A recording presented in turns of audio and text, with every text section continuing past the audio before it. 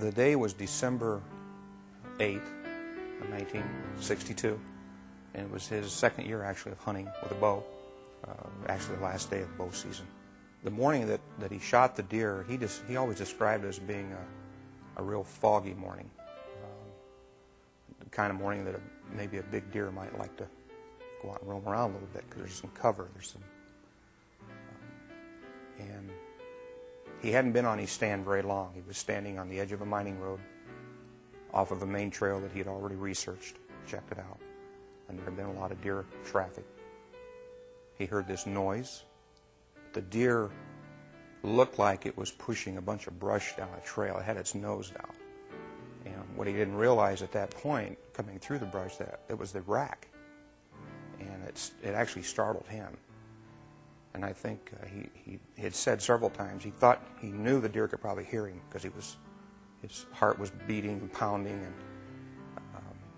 And he said that the deer came up to the fence, and he described it as it poured itself over the fence. It was so massive. It just stepped up to the fence and just flowed over the fence like a water out of a cup. And he was already set and ready. He drew the bow at the same time. The deer heard something and looked right at him, and he let the arrow fly. The deer whirled, and that's when his shot was taken in another area than what he was aiming at. And he stood there, and he heard the deer stop probably about 50 yards away in the timber. So he left, and he was so concerned about the shot, the poor shot, that we didn't go back out there for 4 hours. So we went out later that day with a group of people. We stopped on this road where he had stood, and there was a little triangle of timber to the north. We walked into that timber and found a little blood, and then pretty soon somebody found the arrow, and that kind of, everybody's jaw kind of dropped. That, that's not good, because the arrow only showed about 4 or 5 inches of penetration. We just kept walking and following, and then the blood trail stopped. And we probably didn't go another 30 or 40 yards into this bean field. You could see this antler sticking up out of this bean field. And that's all you could see. You couldn't even see the deer. And it was pretty exciting. But he didn't realize at that time how big this deer was.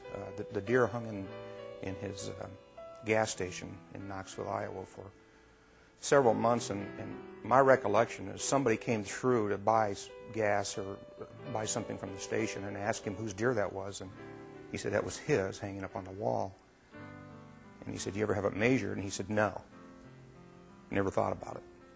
That night, his brother-in-law, Don Visser, and my dad spent most of the night down in the basement remeasuring this thing, thinking they're doing something wrong, because it was quite a bit larger than the former Iowa record, and actually the former world record. So he made a phone call to an official measurer in Iowa, and the guy said, "You're probably doing something wrong. Let me go through it with you." They went through it. The guy said, "I'll be down tomorrow morning because what you're telling me is right. Everything you did is absolutely right." And the guy came down and remeasured it, and it was a new world record at 197 6/8. The rack itself is probably as symmetrical of a rack as I've ever seen. Even though it's not a huge rack in comparison to some, it still adds up by not having a lot of deductions. My dad passed away in 1994, and at that time, all of us kids, what do we do with this rack? Our idea was not to sell it for a profit, because my dad would never have done that. Somehow ran into Larry Huffman. Larry assisted us in setting up a foundation in my dad's name. The worth of the rack is being transferred to Iowa State University. It's going to be focusing on kids that go into conservation. I think my dad would like to see that done.